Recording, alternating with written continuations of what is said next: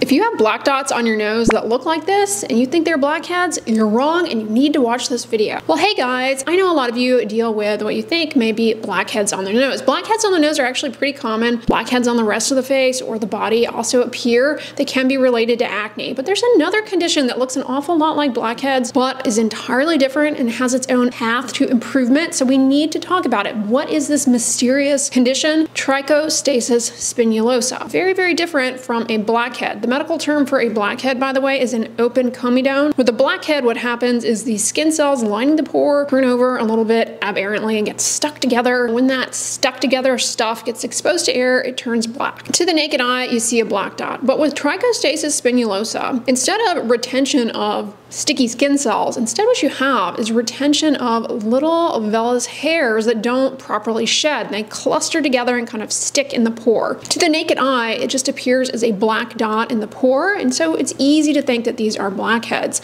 But if you look very carefully with a handheld magnifying glass or a fancy instrument we use in dermatology clinic called a dermatoscope, you can actually see coming out of the pore a little clustering of black hairs, vellus hairs. Trichostasis spinulosa typically does not have any symptoms, although sometimes it may cause itch for some people. Typically these spots appear less than a millimeter. They're really small. In contrast to open comedones or blackheads, trichostasis spinulosa has nothing to do with acne. See, if you look at a blackhead very carefully, we're going to see a pore dilated and filled with just debris. But with trichostasis spinulosa, you actually see a protrusion of a little clustering of black hairs. In contrast to a blackhead, you can take some tweezers or even comedone extractor, although be cautious. I'm not a fan of at-home comedone extractors, as you all know. But you can actually take one of these tools and the little black protrusion easily comes out. In contrast to a blackhead, you press, some stuff might come out, but you're more likely to aggravate your skin doing that. I know what a lot of you guys are thinking because I've done videos on this topic before. You're thinking, how the heck does this differ from sebaceous filaments? Aren't they the same thing? I've been thinking I had sebaceous filaments all this time. So sebaceous filaments, they are due to just kind of retention of oil and some dead skin cells, and they create a little oily protrusion, more common in people who have an oilier skin type.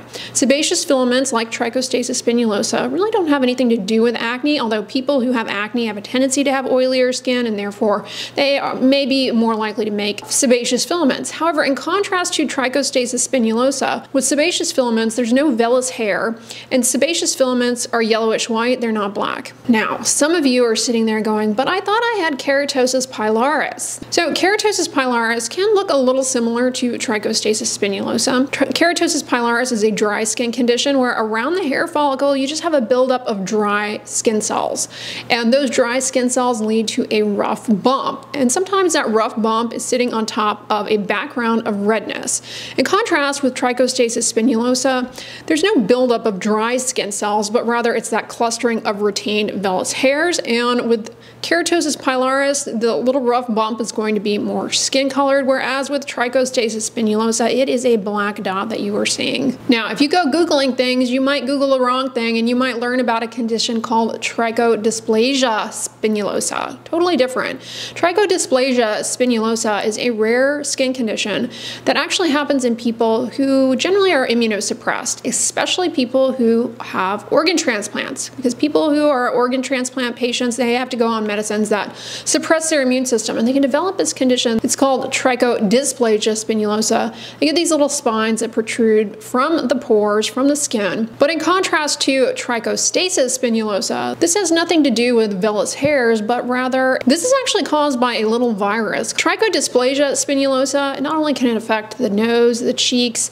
the forehead, it also can affect the scalp, the eyebrows, and the eyelashes, and it can lead to loss of brows and loss of lashes. This is something, though, that is seen in patients primarily who are organ transplant recipients on medications that lower their immune system, and it's thought to be related to a little virus called the trichodysplasia spinulosa polyomavirus. Whereas trichostasis spinulosa has nothing to do with the virus, it's just your follicles, your pores, they're holding on to those little baby vellus hairs a little bit too tenaciously. They're not willing to let them go, so you get this spiny projection that is really a tuft of little clusters of vellus hairs. So how do you know you're dealing with this? Well, if you go to a dermatologist, they really don't need to do any special tests. It's pretty easy to see under dermoscopy that this little clustering of hairs there, whereas a blackhead or an open comedone is going to be free of those little hairs. And you know, we can take a forceps with the aid of the dermatoscope and just pluck out that little clustering of vellus hairs. They come out really, really easily. Once the dermatologist plucks out that little tuft, that little clustering of vellus hairs, you can actually put it on a microscope slide, take it over to the microscope, and you can see all these little baby hairs under the microscope. Like I said, you don't need special tests to do this, but if somebody were to take a biopsy of the skin and look at it under the microscope, somebody dealing with trichostasis spinulosa, what are they going to see? They're going to see an enlarged pore. But rather than being stuffed with dead skin cells like a blackhead, it's actually going to be stuffed with little tiny vellus hairs, which you can see here. You see in the center of the pore, you can see it almost looks like honeycomb stuff in the middle. That's actually little tiny hairs cut in a cross section. I really hope this video is validating for some of you who maybe struggle with this and you thought maybe all along you were dealing with blackheads and you've been pursuing certain blackhead treatments to no avail, only to have these things come back. Or maybe somebody has said, oh, well, you've got blackheads, you've got acne, use all of these acne treatments. But what is actually the way to get rid of these? First of all, I hate to break it to you, oftentimes once you do something to improve the appearance of these, they do come back. So you kind of have to stay on top of them. So if you go to a dermatologist and you're really, really bothered by these cosmetically, certain lasers actually can treat these, but again, they may recur. Depending on the size and the prominence of the clustering of little vellus hairs, you may actually be able to just tweeze them. That requires a lot of patience, however, and it can be pretty irritating to your skin. Now, in clinic, I mentioned this already, but a comedone extractor will actually very easily take care of these, get rid of them. But I caution against the use of comedone extractors at home because you can easily scar yourself with a comedone extractor. So see a professional for comedone extraction if that's something you want to pursue, but I don't recommend doing it at home because you can scar yourself. If you get a facial, an esthetician will often offer you comedone extraction, and so this can effectively take care of these, and you know, the esthetician is trained in how to use the extractor and minimize risk to you. But don't despair. You don't have to plunk down the change for expensive facials or, you know, go to the dermatologist for laser treatments if that's not something that you can afford. Believe it or not, as much as people love to hate on the Biore pore strips, they are a go-to recommendation for improving this. Now, it's not going to get rid of them permanently, but it'll take them all out in one foul swoop. It's kind of like doing a wax, but on a mini level, if you will, because these are just little teeny tiny clusters of very, very baby hairs. You don't need to go on there with like a full-blown waxing.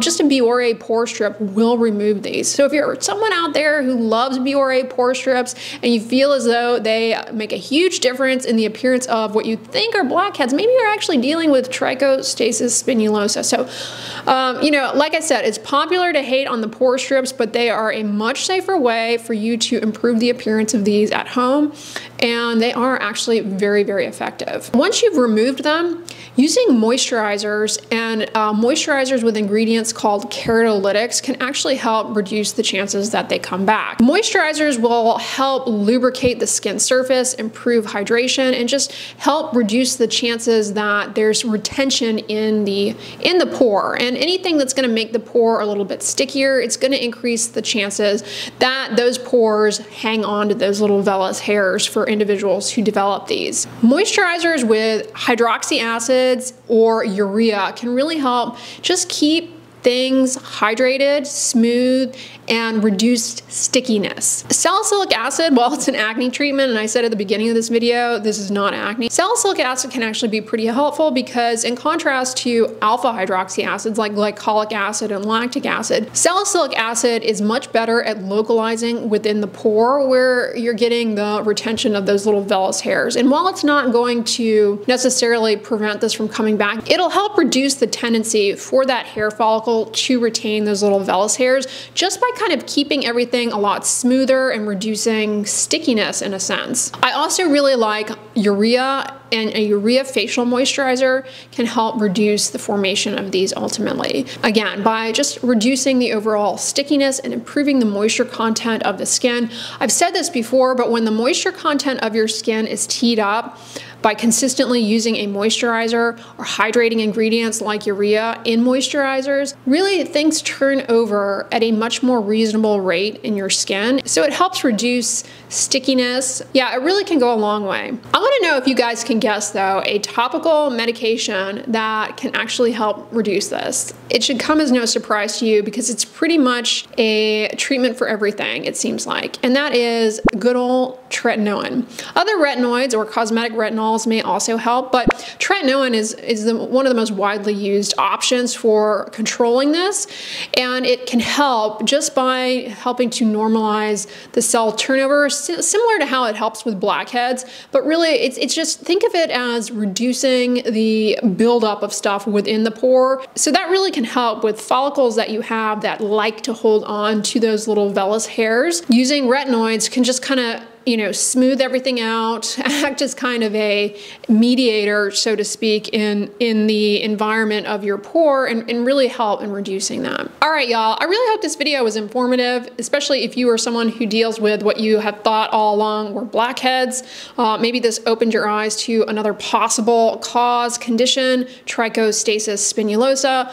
Now you have a better understanding of what it is and how different products, treatments, approaches can help address it better than maybe something specific for blackheads, although a lot of the treatments we suggested and went over in this video are also helpful for blackheads, but they are very different conditions. Let me know in the comments if this is something that you deal with or have recognized on yourself or maybe a family member. Now, if you are someone who deals with enlarged pores, maybe you have blackheads or whiteheads, I'm going to direct you to another video. It's going to be on the end slate. You're going to want to watch it because it's all about the best treatments for enlarged pores. Stuff you can buy and use yourself at home, or all the way to advanced treatments that you might pursue from a dermatologist. So you're definitely going to want to watch that video if you deal with enlarged pores. But if you guys like this one, give it a thumbs up, share it with your friends, and as always, don't forget, sunscreen and subscribe. I'll talk to you guys tomorrow.